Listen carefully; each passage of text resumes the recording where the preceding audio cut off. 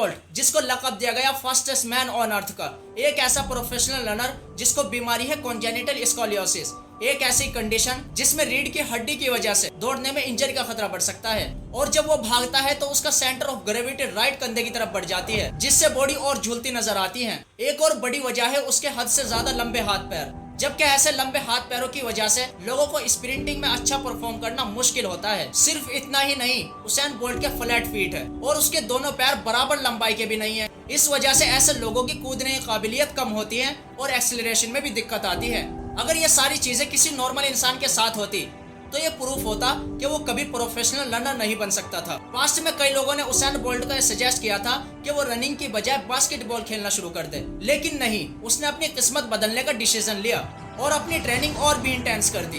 इतनी मेहनत करी कि वर्कआउट करने के बाद वॉमिट करने लगता था और आखिर में अपनी तकदीर बदल दी। शायद आपको अंदाजा ना हो, लेकिन उसका 9.58 सेकंड का 100 मीटर का वर्ल्ड रिकॉर्ड पिछले 15 सालों से आज तक किसी इंसान ने नहीं तोड़ा। उसेन बोल्ट ने कहा कि मैंने 9 सेकंड दौड़ने के लिए 4 साल तक लगातार ट्रेनिंग की और एक भी दिन ऐसा नहीं गया जिस दिन मैंने ट्रेनिंग ना की हो। और एक हम लोग हैं, 2 महीने किसी चीज में लगातार काम करने के बाद अगर हमें उसमें कोई रिजल्ट नहीं मिलता है तो हम ये कहकर छोड़ देते हैं शायद ये चीज मेरी किस्मत में नहीं थी।